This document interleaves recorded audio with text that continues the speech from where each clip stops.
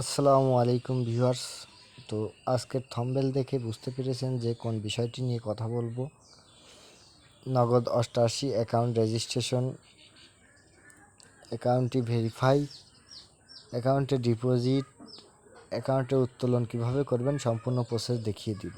এই ভিডিওর কমেন্ট বক্সে যে লিঙ্ক থাকবে লিঙ্কে চাপ দিবেন। চাপ দেওয়ার সাথে সাথে এমন একটি পেজ আসবে। পেজের প্রথমে দেখবেন ইউজার নেম আপনি আপনার মতো করে দিয়ে দিবেন।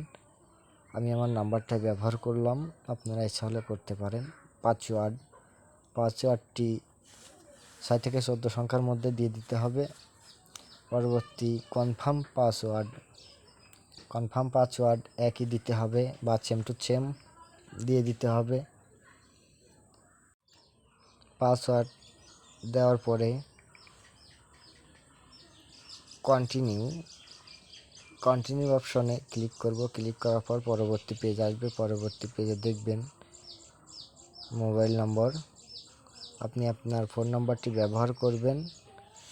যে ফোন নম্বরটি ব্যবহার করবেন সেই ফোন নম্বরে অবশ্যই বিকাশ, নগদ, রকেট অথবা উপায় এই ধরনের অ্যাকাউন্ট থাকতে হবে, কেননা ওই নাম্বার দিয়ে ডিপোজিট করতে হবে আবার উত্তোলন করতে হবে। পরবর্তীতে রেফারেল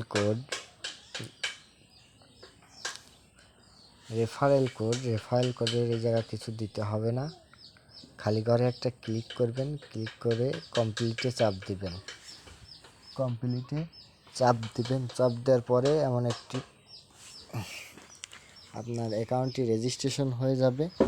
আপনাকে কনগ্রেট জানানোর সাথে সাথে এমন একটি পেজ আসবে। তো বন্ধুরা, এবার অ্যাকাউন্টটি ভেরিফাই করতে হবে, এবার অ্যাকাউন্টের নাম্বারটি ভেরিফাই করতে হবে। কিভাবে অ্যাকাউন্টের নাম্বারটি ভেরিফাই করবেন? প্রোফাইলে যাবেন। প্রোফাইলে যাওয়ার পরে দেখবেন নিচে স্ক্রল করলে পাবেন ফোন নম্বর ভেরিফাইতে চাপ দিলে এমন একটি পেজ আসবে। তো দেখবেন ভেরিফাই ওটিপিতে চাপ দিবেন। চাপ দেওয়ার পর এমন একটি পেজ আসবে। পেজে নীল ঘরে যে 4 সংখ্যার কোড আছে বাম পাশে খালি ঘরে বসিয়ে দেওয়ার পরে ওটিপি রিকোয়েস্ট করার 1 থেকে 8 মিনিটের মধ্যে আপনাকে ফোন দিয়ে একটা ওটিপি জানানো হবে। তো বন্ধুরা, ওটিপি জানানোর সাথে সাথে ডান পাশের খালি ঘরে বসিয়ে দেওয়ার পর সাবমিট অপশনে চাপ দিব বা সাবমিট করে দেওয়ার পরে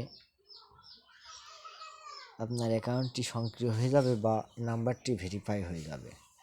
তো এবার ডিপোজিট করবেন কিভাবে? ডিপোজিট করতে হলে অবশ্যই ডিপোজিট অপশনে চাপ দিতে হবে।